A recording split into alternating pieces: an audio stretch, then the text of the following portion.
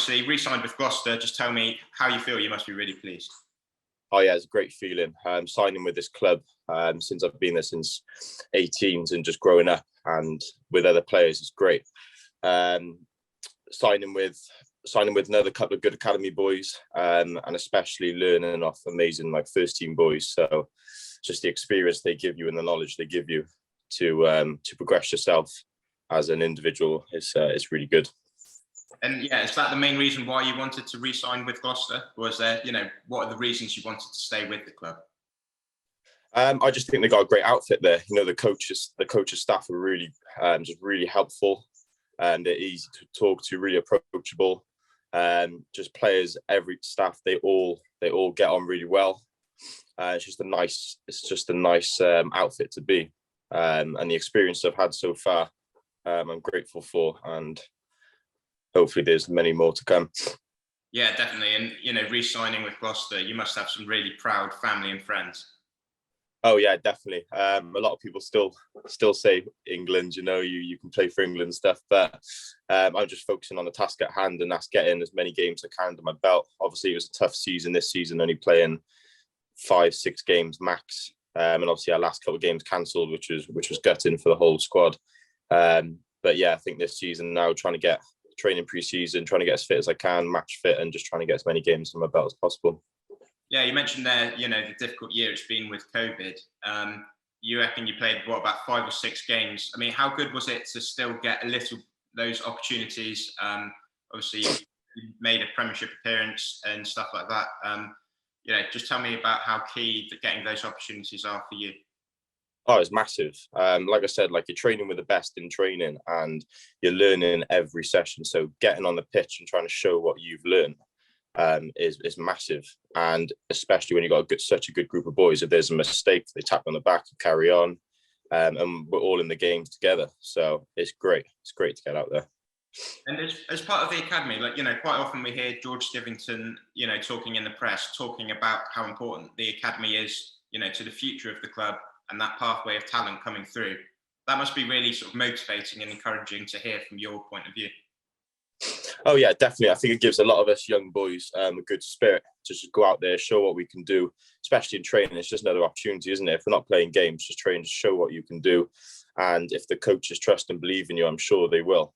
But like Skiv said, he's really good. He's really approachable for us academy lads. If we've got questions, if we've got anything wrong with training or anything, he will come and speak to us. So it's just good that we've got a head coach like that who's very approachable. Definitely. And there was some exciting news yesterday morning about the new training facility. Have you had a chance to look at the photos yet? And what do you think about, training there maybe next season? Oh, I think it's going to be great. I think it's going to be a real uplift for the boys.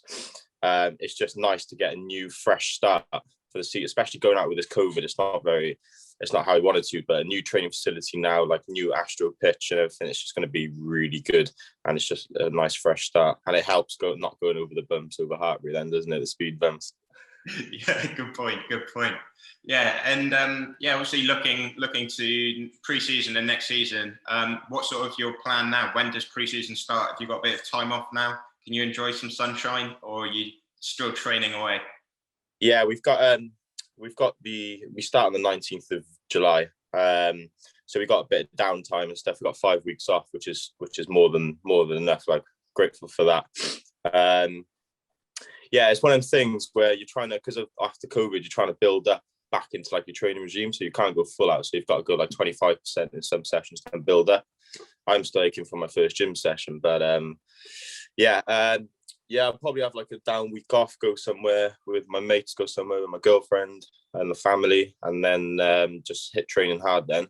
But training for them for pre-season it's not like it. You can do all your different training. I usually go up to sand dunes and try and just get a bit of different routine to my training, but pre-season is always going to be the hard one. It's like a match. You can never get really too fit for it or like that. You can't match it. It's just yeah. A good opportunity though, I guess, pre-season when everyone's on a level playing field and there aren't, games at the weekend. It's basically just a chance to put your hand up and show what you can do, is it? Yeah, definitely. I think it was last year. I wasn't getting re-signed in pre-season. I thought it's the perfect break. So through that COVID period, I think it was 8 weeks, wasn't it? Of just long training, I wasn't getting re-signed, but I put my head down. I've got my sprint coach back in Cardiff, who did an amazing job. And then when I was actually in Gloucester, then like all the coaches like SC Tobin helped me just get my power, strength, speed up to match fitness and all like that. And yeah, it turned out I obviously signed an extra 2 years from the preseason training, just literally putting my hand up, trying to do what I can, just absolutely working. So I think the preseason training does help massively in terms of just showing what you can do, because it just puts you on then for you got the fitness for preseason, so you can just don't have to worry about how tough it feels or how, even though your lungs are always burning, but that's something they don't think, but I think more the rugby aspect. So are you living in Cardiff at the moment? Yeah, at the moment I'm living in Cardiff with my family. Looking for a place in Gloucester. I travel back and forth to Gloucester to a flat, but it's same four walls. Right, yeah, it's 50 minutes odd. Me and Zam usually do lifts and stuff like that, but now he's with the Lions and with the Wales camp and all that, so we've stopped that a bit. But good luck to him on the Wales and British and Irish Lions. Yeah, I mean, in a way, he was part of the academy set up not too long ago, and it's incredible to see what he's doing now. Is that really inspiring for you to sort of think, there's no reason, in a way, he's come from the same setup as I have, let's really push on and see what I can do as well.